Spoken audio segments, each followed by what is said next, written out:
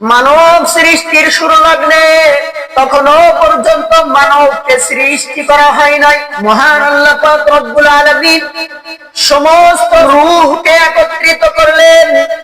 সমস্ত রূহকে আল্লাহ পাক রব্বুল আলামিন একত্রিত করার পরে ওই আলমে আরওয়াহে যখন আমরা ছিলাম, আল্লাহ পাক রব্বুল আলামিন সকলকে একত্রিত করে প্রশ্ন করেছিলেন, আলাস্তু বিরাব্বিকুম ক্বালু বালা আলাস্তু বিরাব্বিকুম আলাস্তু বিরাব্বিকুম, আমি কি তোমাদের রব নই?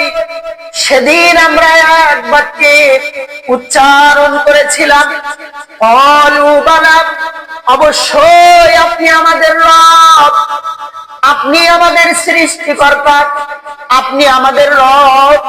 সেদিন আমরা প্রভুকে রব বলে স্বীকার করেছিলাম, অথচ দুনিয়ার ভিতরে এসে দুনিয়ার সমস্ত নিয়ামত পাওয়ার পর আমার যাবতীয় সমস্ত অঙ্গ প্রত্যঙ্গ আল্লাহ পাক রব্বুল আলামিনের পক্ষ থেকে পাওয়ার পর ওই আল্লাহ পাক রব্বুল আলামিনের সাথে নাফরমানি শুরু করলাম।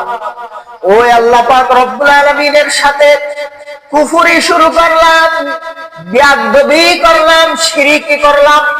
আল্লাহ পাক রব্বুল আলামিনের ইবাদত বাদ দিয়ে এই দুনিয়ার কত মানুষ কোন দরবেশ বাবার কাছে, ফকির বাবার কাছে, গাছওয়ালা, আগুনওয়ালা, ল্যাংটা বাবা, খাজা বাবার দরবারে গিয়ে সিজদা করে টাকা পয়সা দেয়, কার কাছে সাহায্য চাই। মহান আল্লাহ পাক রব্বুল আলামিন অত্যন্ত কষ্ট পান, কারণ আল্লাহ পাক রব্বুল আলামিনের দুনিয়ায় সব থেকে বড় বড় গুনাহ হলো শিরক করা, আল্লাহর সাথে কোনো কিছুকে অংশীদার করা, আল্লাহ পাক রব্বুল আলামিনের সাথে কাউকে শরীক করা, এটা সবচাইতে মারাত্মক গুনাহ। তাই আমরা প্রত্যেক নামাজের ভিতরে বলে থাকি, ইয়াকা না'বুদু ওয়া ইয়াকা নাস্তাঈন, আমরা আপনার ইবাদত করি এবং আপনার কাছেই সাহায্য চাই, আপনার ইবাদত করি, আপনার কাছেই সাহায্য চাই।